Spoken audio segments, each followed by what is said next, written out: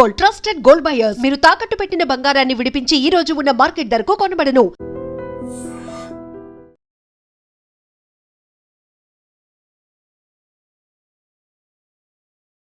నమస్తే, welcome to I dream.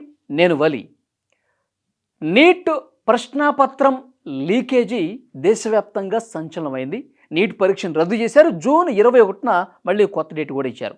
ఈ leakage అయినటువంటి వ్యవహారానికి సంబంధించి సిబిఐ దర్యాప్తు చేస్తోంది, అరెస్టులు కూడా చేసింది. ఎంత నీట్గా ఈ పేపర్ని దోచేశారంటే, ఎంత నీట్గా నీట్ ప్రశ్నాపత్రాన్ని లీక్ చేశారంటే, సిబిఐ దర్యాప్తు చేస్తుంటే భయంకరమైనటువంటి వాస్తవాలు బయటకు వస్తూ ఉన్నాయి. అసలు ఈ పేపర్ లీక్ చేసినటువంటి ప్రధాన సూత్రధారిని అరెస్ట్ చేశారండి. మహారాష్ట్ర లాతూరుకు సంబంధించినటువంటి వ్యక్తి. అతను రిటైర్డ్ కెమిస్ట్రీ లెక్చరర్, కులకర్ణి అతని పేరు.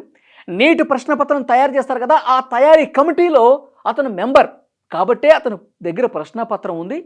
సరిగ్గా పరీక్ష నిర్వహించే ముందు ఏం చేశాడు, చాలామంది విద్యార్థులకు సమాచారం అందించి ఒక గెస్ట్ హౌస్ని బుక్ చేసి, ఆ గెస్ట్ హౌస్లో వీళ్ళందరికీ కూడా ప్రశ్నాపత్రాలు ఇచ్చేసి ప్రిపేర్ చేయించి ఎగ్జామ్లు రాపించాడు. వాళ్ళ దగ్గర నుంచి లక్షలు దోచేశాడు. ఎంత దుర్మార్గం చూడండి. దేశవ్యాప్తంగా 22 లక్షల మంది పైగా ఈ నీట్ పరీక్షను రాశారు. ఎలాగైనా ఎంబీబీఎస్ సీట్ వస్తుంది, ఇప్పుడు మంచి కాలేజీలో నాకు సీట్ వస్తుంది, 720కి 600 మార్కులు వస్తాయి, 650 మార్కులు వస్తాయి, నాకు 700 వస్తాయని చెప్పి ఎంతో విశ్వాసంతో విద్యార్థులందరూ కూడా ఉంటే, ఒక్కసారిగా పేపర్ లీకేజ్ అయిందని చెప్పి పరీక్ష మొత్తాన్ని రద్దు చేస్తే మొత్తం విద్యార్థులే కాదండి, ఆ తల్లిదండ్రులు కూడా చాలా బాధకు గురవుతున్నారు, అప్సెట్ అయిపోయారు. ఏంటి అసలు ఈ దేశం ఏంటి, వ్యవస్థ ఏంటి, పేపర్ లీకేజీలు ప్రతి సంవత్సరం ఈ గోలేంటి, అసలు ఎందుకు వ్యవస్థ ఇంత దారుణంగా ఉందని చెప్పి లోపల చాలా బాధకు గురవుతూ ఉన్నారు. 3 చనిపోయారండి. 3 పిల్లలు ఆత్మహత్య చేసుకొని చచ్చిపోయారంటే వాళ్ళు ఎంత ఒత్తిడికి గురై అంటారు, ఎంత బాధకు గురై అంటారు. ఇది పాలకులకు నిజంగా పట్టదనిపిస్తుంది. చాలా అంటే చాలా దుర్మార్గంగా ఉంది ప్రస్తుత పరిస్థితులు చూస్తుంటే. ఇంకొక భయంకరమైన వార్త ఏంటంటే, ఇప్పుడు 2026 ప్రశ్నపత్రం లీకేజ్ అయిందని చెప్పి ఇప్పుడు రద్దు చేశారు కదా, సిబిఐ ఇన్వెస్టిగేషన్ చేస్తుంటే అరెస్ట్ అయ్యారు. రాజస్థాన్ జైపూర్లో ఉన్నటువంటి 2 బిలావల్, దినేష్ బిలావల్, మంగిలాల్ బిలావల్ అనేటువంటి 2ని అరెస్ట్ చేస్తే 2025 అంటే లాస్ట్ ఇయర్ వీళ్ళ ఫ్యామిలీలో, ఎందుకంటే వీళ్ళిద్దరిని అరెస్ట్ చేసిన తర్వాత వీళ్ళ ఫ్యామిలీ బ్యాక్గ్రౌండ్ ఏంటి, ఇక్కడ వీళ్ళ ఫ్యామిలీకి సంబంధించిన ఎంతమంది పరీక్షలు రాశారు, ఇవన్నీ డీటెయిల్స్ తీస్తారు కదా. అయితే 2025 సంవత్సరంలో వాళ్ళ ఫ్యామిలీ మెంబర్స్, వాళ్ళ బంధువులకు సంబంధించిన పిల్లలు 5 2025లో సీటు సంపాదించారు, నీటి పరీక్షలో విజయం సాధించి. అరే, ఒకే ఫ్యామిలీలో 5 నీటి పరీక్షలో మంచి మార్కులు వచ్చేసి ఉద్యోగాలు వచ్చాయా? ఎందుకంటే ఇప్పుడు వీళ్ళు అరెస్ట్ అయ్యారు కదా, అంటే లాస్ట్ ఇయర్ కూడా వీళ్ళు పేపర్ లీక్ చేశారా అన్న కోణంలో దర్యాప్తు చేస్తున్నారు. భయంకరమైనటువంటి వాస్తవాలు బయటకు వచ్చినాయి. ఎందుకంటే ఎవరైతే లాస్ట్ ఇయర్ వాళ్ళ ఫ్యామిలీ పిల్లలు పాస్ అయ్యారో వాళ్ళు చాలా యావరేజ్ మార్కులతో ఇంటర్లో కానీ 10థ్లో కానీ పాస్ అయ్యారు. 2024లో వాళ్ళు పరీక్ష రాస్తే, నీటి పరీక్ష రాస్తే కేవలం 200 మార్కులు 300 మార్కులు వచ్చినాయి. మరి 2024లో చాలా తక్కువ మార్కులు వచ్చిన వాళ్ళు ఒక సంవత్సరంలో గొప్పగా మార్కులు సాధించి సీట్ ఎలా వచ్చేస్తుంది? వీళ్ళు యావరేజ్ స్టూడెంట్స్ కదా, 89%, 93% ఈ స్థాయిలో వచ్చినాయి. అంటే పోయిన సంవత్సరం కూడా 2025లో కూడా పేపర్ లీక్ అయింది. లీక్ అయ్యి వాళ్ళ పిల్లలకి ఆ పేపర్ ఇచ్చేసి ప్రిపేర్ చేయించి ఎగ్జామ్ రాపించారు. అందుకే వాళ్ళ ఒక్క ఫ్యామిలీలో 5 ఎట్ ఏ టైం మంచి మార్కులతో, మళ్ళీ యావరేజ్ స్టూడెంట్స్ వాళ్ళ ట్రాక్ రికార్డ్ చూస్తే ఇప్పుడు సిబిఐ అధికారులకు అర్థమవుతుంది. అంటే ఈ మంగీలాల్ బిలావల్ అలాగే దినేష్ బిలాల్ వీళ్ళు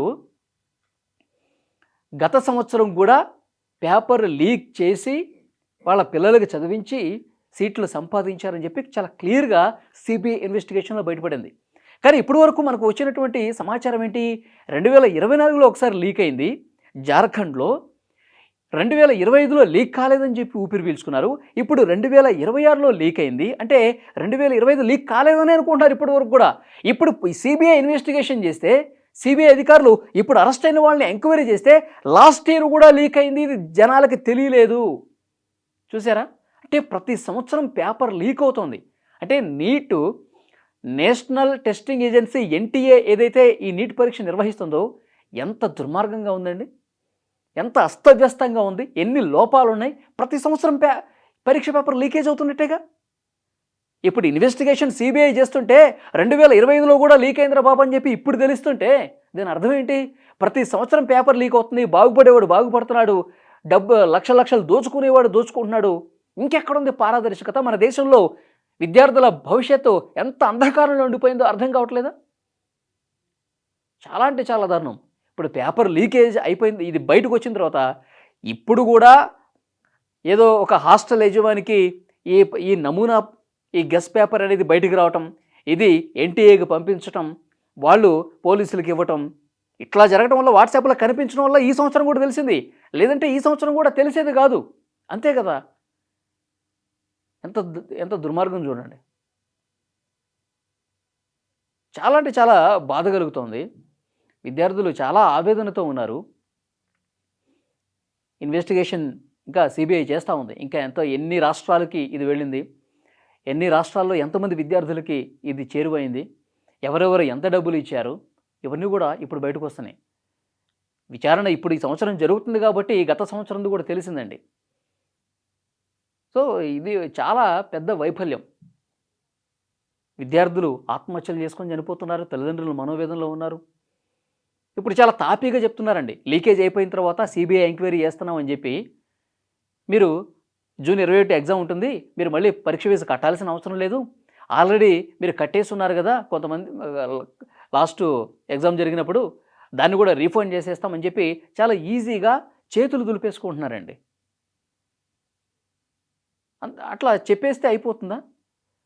జూన్ 21న ఎగ్జామ్ రాసేస్తున్నాం, మళ్ళీ మీ డబ్బులు మీకు రీఫండ్ ఇచ్చేస్తాం, ఈసారి పారదర్శకంగా చేస్తామని చెప్పి జస్ట్ నోటి మాటగా చెప్పేస్తూ ఉన్నారు. కానీ విద్యార్థులు గత కొన్ని నెలలుగా ఎంత రాత్రి పగళ్ళు కష్టపడి చదివి సరిగ్గా తినక సరిగా నిద్రపోక పరీక్ష ఎంత ఒత్తిడికి గురై, ఇటు విద్యార్థులు అటు తల్లిదండ్రులు కూడా సీటు సంపాదించాలైనా, ఎలాగైనా మంచి కాలేజీలో సీటు రావాలి, ఎంబీబీఎస్ పూర్తి చేయాలి అని చెప్పి ఎంత ఆశతో ఉంటారండి. ఆ విద్యార్థుల భవిష్యత్తు పూర్తిగా ప్రశ్నార్థకం చేసింది కదా మన దేశంలో ఉన్నటువంటి ఇలాంటి దిక్కుమాలిన వ్యవస్థ వల్ల, సరైనటువంటి పటిష్ట భద్రత లేనటువంటి వ్యవస్థ వల్ల విద్యార్థులు నలిగిపోతున్నారు కదా. ఇప్పుడు ప్రతిపక్షాలన్నీ కూడా రోడ్డు మీదకి వచ్చి ఆందోళనలు చేస్తూ ఉన్నాయి. ప్రతి సంవత్సరం లీక్ అవుతుంది, 2024-25 మీద కూడా ఇప్పుడు ఎంక్వైరీ జరగాల్సిందే అని చెప్పి పట్టుబడతా ఉన్నాయి. క్లియర్గా అర్థమైపోతుంది, లాస్ట్ ఇయర్ కూడా లీక్ అయిపోయింది, కానీ జనాలకు తెలియలా. సో బయటకు రాకుండా ఎన్ని సంవత్సరాల పేపర్ లీక్ అయిందో కూడా అర్థం కాని పరిస్థితుంది. సో డెఫినెట్గా ఈ వ్యవస్థను పూర్తిగా ప్రక్షాళన చేయాల్సినటువంటి అవసరం అయితే కనిపిస్తోంది. ఈ వీడియో మీద తప్పకుండా మీ అభిప్రాయాన్ని కామెంట్ చేయండి. ఎందుకంటే సిబిఐ ఎంక్వైరీలో లాస్ట్ ఇయర్ కూడా పేపర్ లీక్ అయిపోయిందని చెప్పి వచ్చిందంటే మన వ్యవస్థ ఎంత దుర్మార్గంగా ఉందో అర్థమవుతుంది. సో నీట్ ప్రశ్నాపత్రం లీకేజీ, ప్రస్తుతం జరుగుతున్నటువంటి సిబిఐ దర్యాప్తు, వెలుగులోకి వచ్చిన దారుణమైనటువంటి వాస్తవాలు, వీటన్నిటి మీద మీరేమనుకుంటున్నారో కామెంట్ చేయండి.